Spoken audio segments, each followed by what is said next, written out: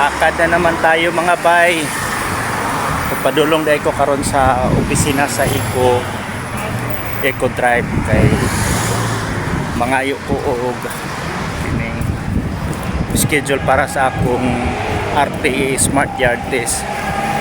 So may tag maswertehan ta mga bay kay matud pa sa nauna nako na nag driving nga nakakuha na kaning ikatulo, ikaupat ug ikalima nga scheduling mo'y pinakalisod kuhaon kay halos tanan nga mga kuan aspiring diha na nagpaabot, so nagbara. So paswertehan na lang kinsay nauna mo to'y una po nga makakuha schedule kay kuan man ko naman ko discount 20 class ko ya. Sa 20 class 5 ka schedulean. So nahuman ako permero ikaduha, kanang permero ug ikaduha daw dili siya lisod kuhaon nga schedule. Baga available per mga schedule diri na daw sa ikatulo, ikaupat ug ikalima ang medyo lisod-lisod na magkuha schedule. So mentag maswertehan ta karon bay no.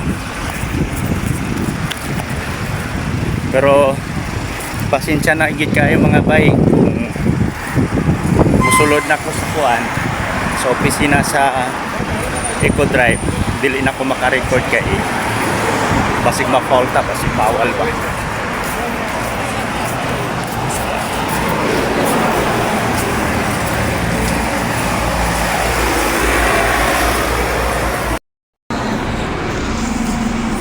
Okay, naanata sa opisina.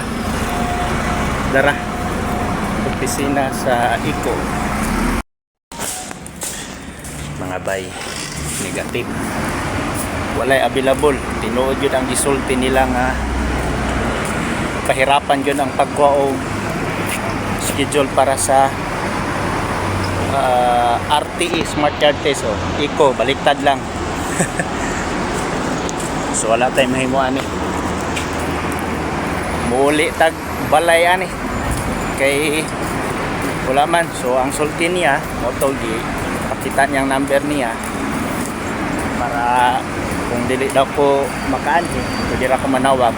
Pero sa tinuod lang mga bay, bago ko ni anhi dire buntagan niya mga alas 7 naman ko ko'y nakailang nga nagtrabaho gyud mismo sa Eco Drive office sa main head office nila. Pinay po to Kabayan, receptionist siya. So akong gichat ganiya sa WhatsApp, ana siya nga, kuya walang available slot ngayon kuya, i-update na lang kita kung may available na. Pero siyempre kita mga bay di man ta mo salig sa ingana lang katumanggod kay wala po ta kabalo unsa ba, busy basig taod-taod ba na mabakante, busy manggod siya dito. So ang akong isip, i-try na lang nako adto dito sa kaning diri sa Satwa nga branch. Basig na kay buntag pa man to siya ni ingon sa kuha niya, basig hapon-hapon kay karon diri mag-alas 3 naman. So namasin lang ko, so, wala gid ay tinuod gid ay